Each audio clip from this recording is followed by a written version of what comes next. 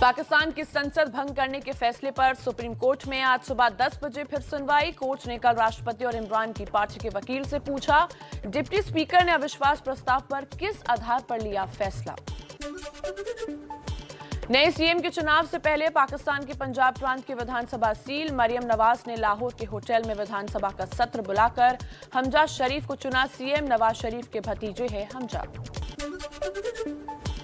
पाकिस्तान के राष्ट्रीय असेंबली के स्पीकर ने इमरान खान और विपक्ष के नेता शहबाज शरीफ को लिखा पत्र। कार्यवाहक पीएम नियुक्त करने के लिए एक संसदीय समिति के लिए नाम की मांग की। विपक्ष ने इमरान की तरफ से कार्यवाहक प्रधानमंत्री के लिए बढ़ाए गए पूर्व चीफ जस्टिस गुलजार अहमद का नाम खारिज किया। पीएमएलएन की नेता मरियम नवाज के साथ बस में सवार होकर रैली के लिए निकले सभी सांसद। मरियम ने कहा, इमरान खान की जगह कोई और होता तो अब तक फांसी दी जा चुकी होती। पाकिस्तान में तहरीक लिबैन पाकिस्तान यानी टीएलपी ने सुप्रीम कोर्ट से इमरान खान को सजा देने की मांग की। इमरान खान पर लगाया संविधान के उल्लंघन का आरोप, धरने पर बैठने की धमकी भी दी। इमरान खान के समर्थन में सड़कों पर उतरे पीटीआई के कार्यकर्ता। खैबर पख्तूनख्वा ने किया जोरदार प्रदर्शन। इमरान खान के समर्थन में पाकिस्तान के स्वाबी शहर में भी प्रदर्शन। कथित विदेशी साजिश में शामिल लोगों के खिलाफ लगाए नारे। इमरान खान की पार्टी पीटीआई ने पूर्व क्रिकेट खिलाड़ियों शाहिद अफरीदी और मोहम्मद हफीज को टिकट देने का ऐलान किया। शाहिद अफरीदी कराची से तो मोहम्मद हफीज सरगोदा से चुनाव लड़ेंगे। पाकिस्तान के पूर्व विदेश मंत्री शाह महमूद कुरैशी का बड़ा खुलासा। इमरान सरकार को गिराने के लिए चिट्ठी वाली धमकी से पहले फोन कॉल पर धमकी दी गई थी। पीपीपी की नेता शेरी रहमान ने इमरान खान पर साधा निशाना। कहा, इमरान खान ने खुद को बचाने के लिए मुल्क को चूल्हे में झोंक दिया है। श्रीलंका के मौजूदा आर्थिक हालात पर संसद में आज भी होगी चर्चा। किसी भी हालात में इस्तीफा नहीं देंगे राष्ट्रपति गोटबाया राजपक्षे। श्रीलंका की मुख्य विपक्षी पार्टी एसजेबी के सांसद हरीन फर्नांडो ने कार्यवाहक राष्ट्रपति का बनाने का प्रस्ताव रखा। अगले 1 साल तक वेतन न लेने और संसद की कैंटीन में नहीं खाने का किया ऐलान। श्रीलंका में महंगी के विरोध में सड़कों पर उतरे सरकारी स्कूलों के शिक्षक। कोलंबो में एक चौराहे पर किया जोरदार प्रदर्शन। राष्ट्रपति के खिलाफ लगाए नारे। कोलंबो की यूनिवर्सिटी के लेक्चरर और प्रोफेसरों ने भी किया प्रदर्शन। कैंडल और टॉर्च लेकर सड़कों पर निकले। श्रीलंका में सरकार के खिलाफ विरोध प्रदर्शन में 89 साल की महिला भी हुई शामिल। कहा, मौजूदा आर्थिक संकट के लिए राजनेताओं के भ्रष्टाचार को बताया जिम्मेदार। श्रीलंका में जरूरी दवाओं की कमी के चलते हेल्थ इमरजेंसी लगाने के बाद सड़कों पर उतरे डॉक्टर्स। सरकार के खिलाफ किया प्रदर्शन। श्रीलंका के विश्व विजेता कप्तान अर्जुन रणतुंगा से एबीपी न्यूज की खास बातचीत। कहा, आर्थिक संकट के लिए सरकार की नीतियां जिम्मेदार। भारत की तारीफ की। बोले, भारत हमारी मदद कर रहा है, लेकिन श्रीलंका को खुद अपनी मदद करनी होगी। I'm sure that India will be there to help us, but we don't have to. If we are going to go and beg from each and every country. Sri Lanka में महंगाई तोड़ रही है लोगों की कमर। बीते कुछ दिनों में दवाइयों की कीमत में 30% तक का इजाफा, लेकिन पुराने स्टॉक की वजह से फिलहाल दवा की ज्यादा किल्लत नहीं। ग्राउंड जीरो से एबीपी न्यूज की रिपोर्ट में हमने दिखाया था अपने दर्शकों को किस तरह वहां से दवाओं की किल्लत से लोग जूझ रहे हैं। Got the supplies to increase the price by 30% of all pharmaceuticals.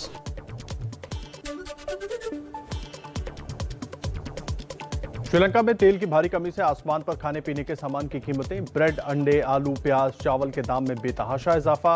300 रुपए लीटर हुआ नारियल का तेल। Very expensive these things, so we pay now 18,000 like that.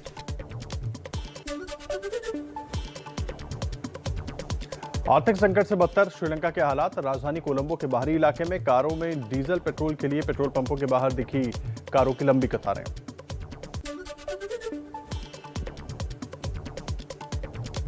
दक्षिण अमेरिकी देश पेरू में आर्थिक संकट, सोमवार से जारी है सरकार विरोधी प्रदर्शन। प्रदर्शनों के दौरान पुलिस फायरिंग में अब तक करीब 4 लोगों की मौत। चीन में भूकंप से 645 से ज्यादा घरों को भारी नुकसान, राहत और बचाव का काम जारी।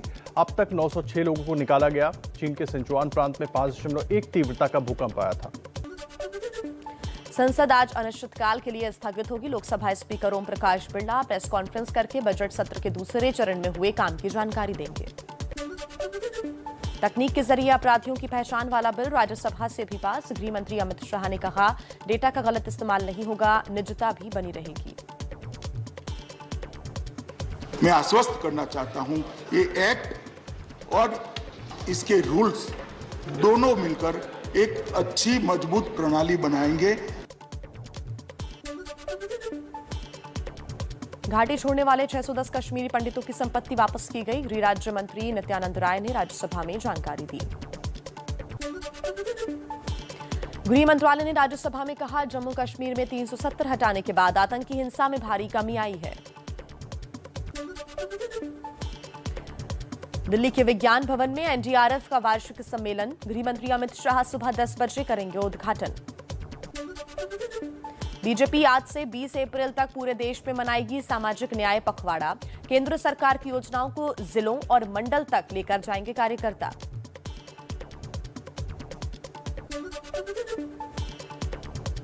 बीजेपी के 42वें स्थापना दिवस पर पीएम मोदी ने पार्टी के नेताओं, सांसदों को किया संबोधित। विरोधियों पर निशाना साधा, कहा कुछ पार्टियां सिर्फ परिवारवाद को बढ़ावा दे रही हैं, ये लोकतंत्र के लिए सबसे बड़ा खतरा है।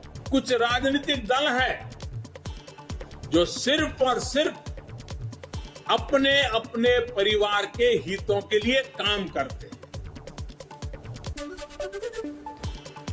बीजेपी अध्यक्ष जेपी नड्डा ने दिल्ली से निकाली शोभा यात्रा। बीजेपी कार्यकर्ताओं के साथ अंबेडकर की फोटो पर किया माल्यार्पण।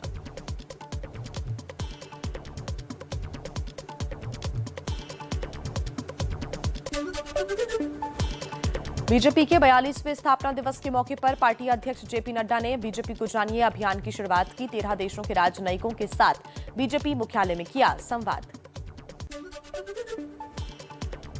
एनसीपी अध्यक्ष शरद पवार ने प्रधानमंत्री मोदी से मुलाकात में उठाया संजय राउत की संपत्तियों को जब्त करने का मुद्दा। संजय राउत ने पवार को शुक्रिया कहा।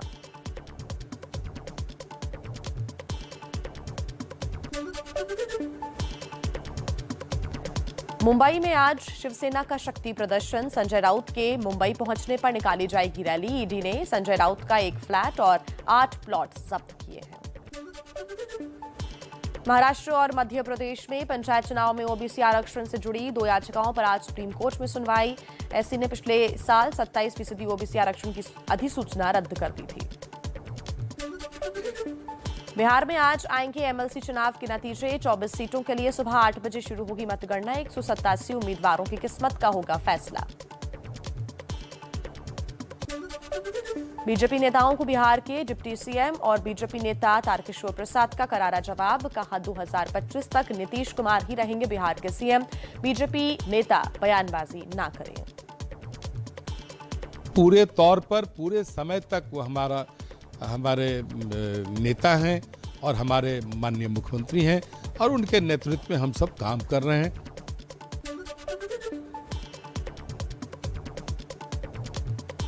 बिहार के वैशाली में एलजेपी रामविलास के प्रमुख चिराग पासवान के सामने ही समर्थकों ने लगाए चाचा पशुपति पारस के खिलाफ नारे। देखते रहे पहुंचे चिराग।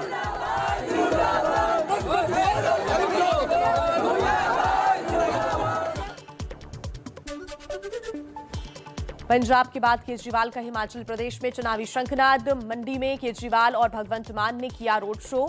साल के अंत में हिमाचल में विधानसभा के होने हैं चुनाव। हम आप ही की तरह आम लोग हैं, हमें राजनीति करनी नहीं आती, हमें देशभक्ति करनी आती है। मान सरकार के खिलाफ पंजाब के लुधियाना में प्रदर्शन। मुफ्त बिजली का वादा पूरा ना होने पर केजरीवाल पर लगाए झूठे वादे वाले नारे। आंध्र प्रदेश कैबिनेट के सभी 24 मंत्री आज इस्तीफा देंगे। सीएम जगन मोहन रेड्डी 11 अप्रैल को नई कैबिनेट का गठन करेंगे।